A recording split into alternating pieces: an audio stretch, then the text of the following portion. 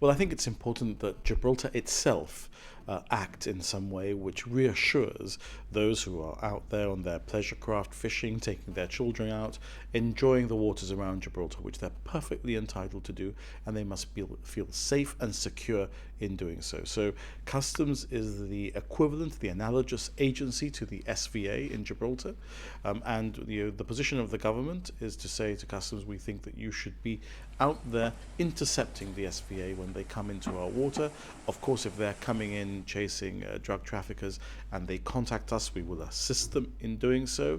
But if they're coming in to bother people who are going about their business lawfully, who have their fishing permits, who are acting properly, then this is absolutely unacceptable, and we will therefore ensure that they're intercepted, and if they've acted illegally, dealt with, and if they're just making a nuisance of themselves, escorted out of Gibraltar. Isn't the patrolling of our waters a matter for the Royal Navy? Does this take the pressure off them? No, the Royal Navy is responsible for securing Gibraltar's sovereignty.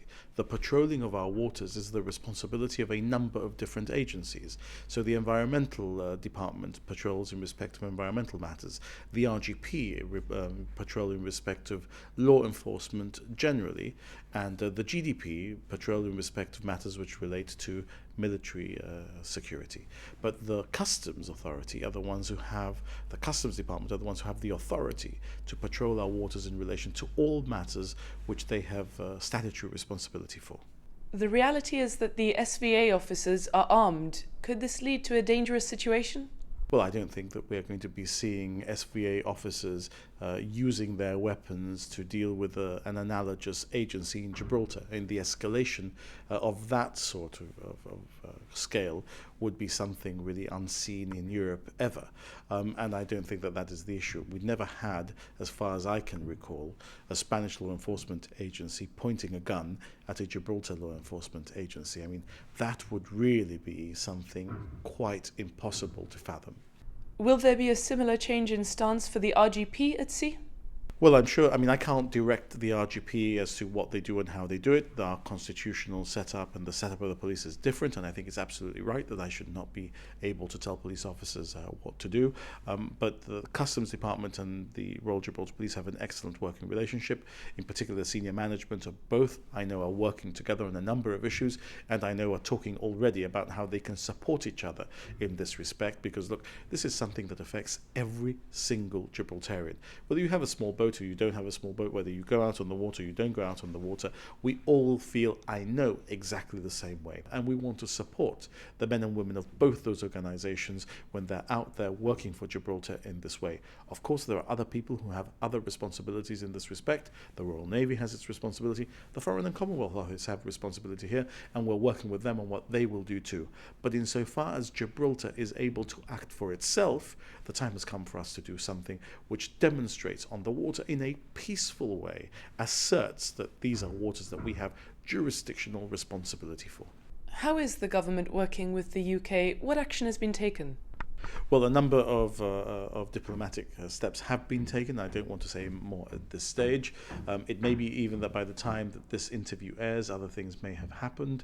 But rest assured that the government of Gibraltar expresses the frustration and deep hurt and feeling of the people of Gibraltar, our outrage, in very clear terms to those in King Charles Street who are responsible in London for these matters. I can tell you that the convent, through the governor, reflects those feelings also in a very effective way. And London in particular, if we talk about the personality of the Minister for Europe and those who have responsibility, official responsibility for Gibraltar, I think understand just how outrageous this action has been, and it's not simply something that can be dealt with in the usual way as we may have become accustomed.